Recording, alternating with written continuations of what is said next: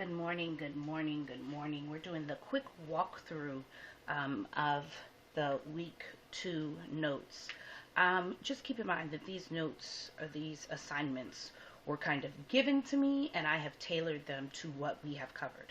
So even though we are in the unit called elements, compounds, and reactions, we pretty much have only covered elements and compounds in third quarter. Reactions is more of fourth quarter. So literally, if we look at all of these objectives, sorry about that, the main two that we're covering are these two. The other ones aren't as, I'm going to move this notification. All of these aren't as important, or at least a focus for right now. In terms of these key terms, important ones to know are these guys up.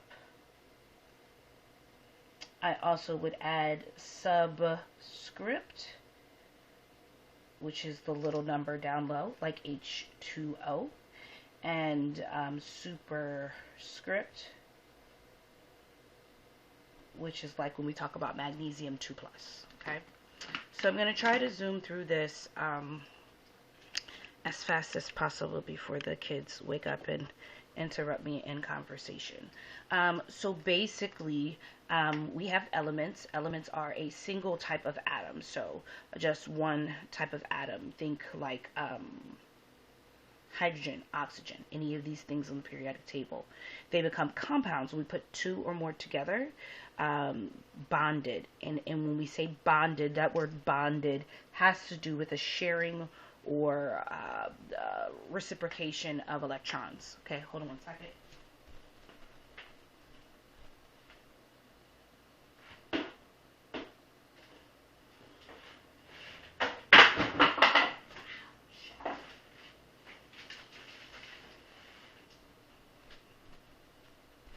That sounds worse than it was. Just trying to think of what tools I have on hand to explain this, and I probably should have pushed the pause button, but Miss Solomon wasn't that smart before her coffee. While I'm setting this up, also note myself and my girls, we all have low-grade fevers and coughing and all of the stuff that's kind of scary.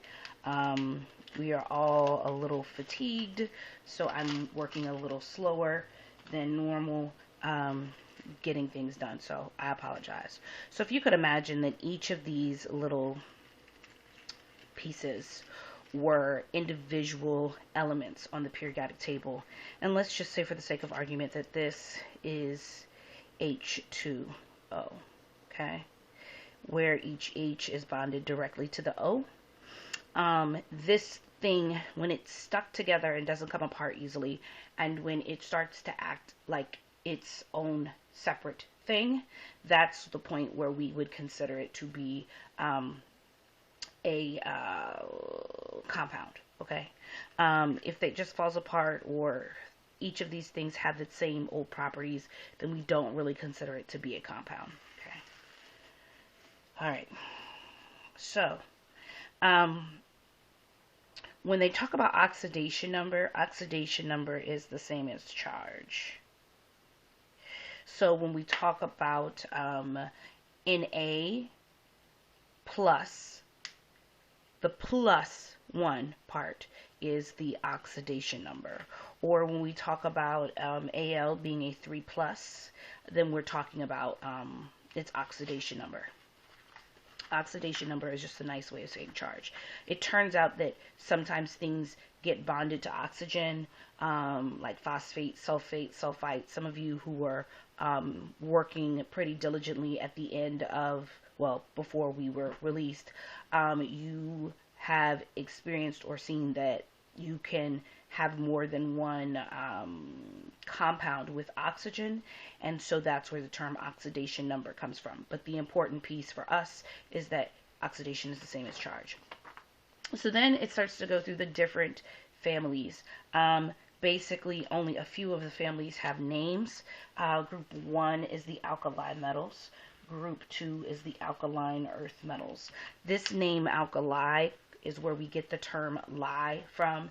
If you know anybody who has straight hair and relaxes their hair, a lot of the relaxers say no lie. That's because originally they were lie relaxers. If you take it back to Madam C.J. Walker, or if you've ever watched Malcolm X, when he straightens his hair, that's lie. Lie is very, very, very basic. And when I say basic, I mean on the pH scale, it's like way up there near Drano, and that's how it breaks the bonds, the sulfur bonds, and straightens your hair. But the point of the matter is this name comes from the Arabic for wood ashes, which is how lye is made. The halogens are that last group with fluorine here. Okay, and the noble gases are probably the most important group that we refer to often. Now these other groups, they have like super silly, special, sciencey names that no one ever uses. I wouldn't worry about them. Between 3 and 6, we just call them by the head, if you will, of the family. So if you're looking at the periodic table, the guy at the top is the one who is the head, okay? So it tells you in here that elements that do not have a full octet will react with other elements in order to gain stability. So pretty much these guys have their full octet. Helium has a duet, but these guys for the most part have a full octet, and all of these other guys react with each other in order to form, to gain stability. So then they talk about there's 2 types of bonds. To be honest, there are 4. I'm going to explain them to you just because it kind of makes sense. If I can, I will print out the graphic and post it, though you really don't need super duper detail with this, but if you were working on your test and you wanted to use it, it would be helpful. So there are covalent bonds, and we typically call these molecular covalent bonds, okay? These are 2 nonmetals together, okay? So nonmetal.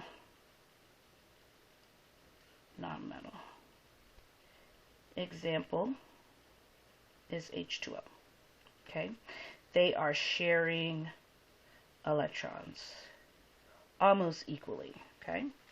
Then we have network covalent bonds. By the way, molecular bonds and the word covalent bonds are sometimes used interchangeably depending on the textbook. But when you look really, really specifically, there's a difference between network and molecular bonds. We're not going to dive too much into that, but this is a semi-metal plus a non-metal. Okay? And a good example of that is sand, SiO2, which is silicon dioxide.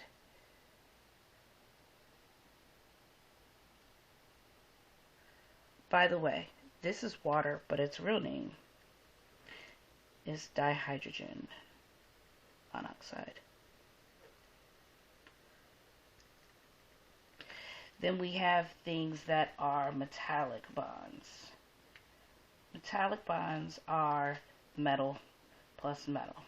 So we're looking at things like steel, brass, okay?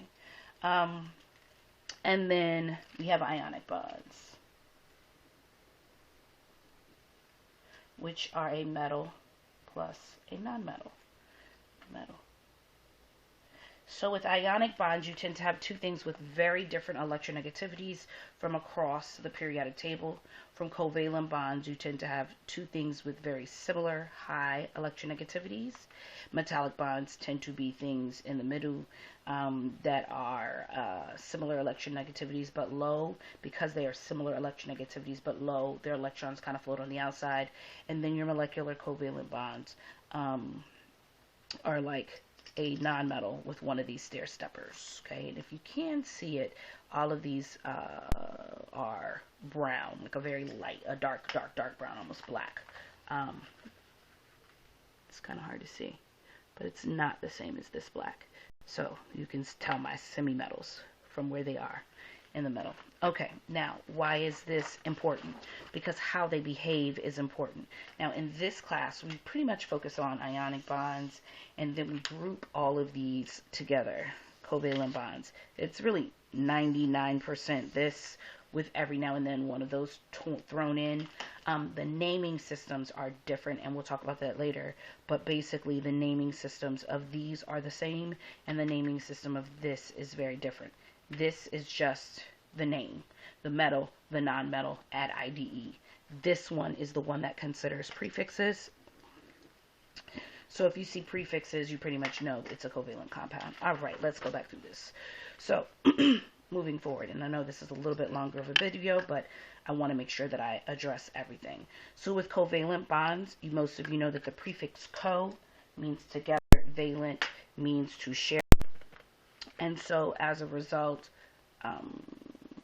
the two electrons are actually being shared to form a bond, as opposed to an ionic compound. One is giving, one is taking, and they just kind of coexist in the same space because they need each other. They're opposites. It's not even that they need each other anymore. It's more like they're attracted to each other. So these guys stay together because they're attracted together. These guys stay together because they need each other. It turns out that these guys who are attracted to each other have super duper duper duper high boiling points. So think about salt. Melting salt is pretty hard. Probably dissolve it before you would melt it. Whereas covalent compounds, because they're together because they need each other in order to get this octet, they fall apart a little bit more easily.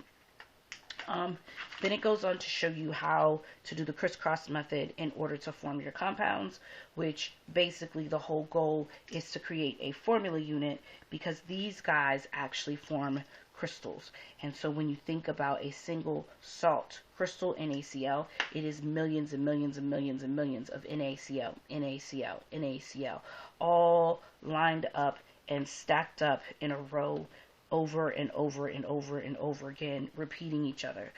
Kind of think like oranges in a supermarket when they stack them. Okay. So this is what, like, say, a NaCl might look like, sodium chloride might look like, only this goes on to cover the entire page, the entire counter, the entire room. And when we talk about it, we don't talk about how many NaCls, Nas and Cls there are, because the crystal size could change. It could be a small crystal, it could be a big crystal, but the unit is always Na and Cl. So you see us talk a lot about formula units. In the case of this example, LiO, the formula unit would be 2 Lis for every O.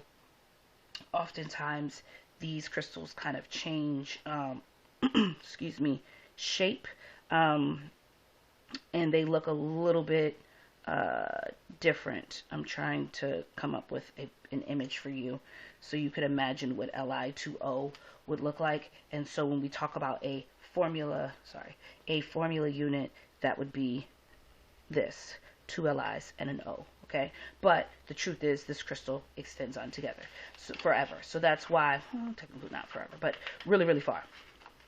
All right, so then the next type of bond that they talk about a lot, and that's not this part. This part is still talking about ionic bonds, but at the bottom they start to talk about covalent bonds. And just to explain what this image is, for every line you see, that is 2 electrons being shared. We call these shared electrons or bonds. These 2 electrons on the side, we call those lone pairs. And this here is called a double bond. This is a triple bond. So when you have a triple bond, you are sharing 3 pairs of electrons, so 6. When you have a double bond, you are sharing 4. And when you have a single bond, those 2 elements, this one and this one, are sharing 2 pairs of electrons in order to achieve their octet. I'm going to show you more what that looks like later on a separate video, but the important thing to know is that all of this is to become stable and to achieve an octet. They are together because each of them have characteristics or have electrons that the other one needs or desires, and by being together, that helps that process for them to each get 8. And I'll show you what that means and what that looks like later. This video is already getting pretty long, and I definitely want to go ahead and wrap it up. the last concept that we've talked about again and again, but kind of loosely, is this separate conversation, and this is separate from bonding, called the law of conservation of mass. The law of conservation of mass is the idea that matter can neither be created nor destroyed. We cannot create something that doesn't exist. We cannot destroy something. We don't have that capability. So why does this matter? When we start talking about reactions, what goes in the reaction has to be the same as what goes out of the reaction. The amount of heat that goes into the amount of energy that goes into your car to make it run has to be the same amount of energy that it puts out. Now, some of that energy goes into the wheels, some of that energy goes into the hood, some of the energy goes into the atmosphere. But if we were to capture all the energy and add it up, it would be the same. That's the law of conservation of energy. The law of conservation of matter works the same way. This really came into impact when we talked about nuclear equations, which is our topic for next week, because the two sides of the equation had to be the same. Now, if you continue reading in this packet, it starts to get into equations. This information you don't have to do.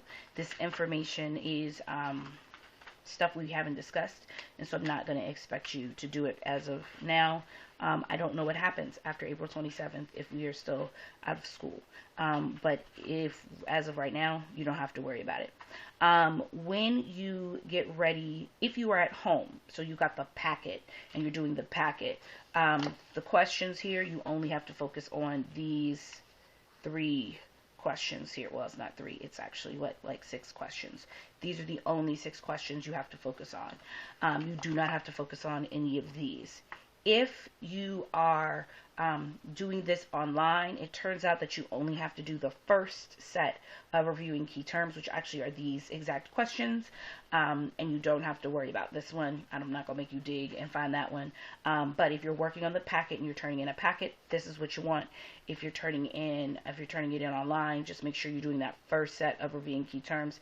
I'm not even going to check these guys because they have to do with the rest of this packet, which is technically 4th quarter information.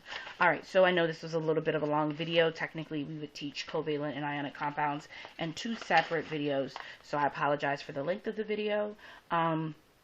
Hopefully, I've clarified some things for you, and then we'll go into the nitty-gritty of bonding, ionics, covalents, and naming. In the next 2 videos, we'll start with ionic because I know that's what you know, and then we'll move on, or what I've already taught deeply, and then we'll move on to covalent. All right, I think that's it.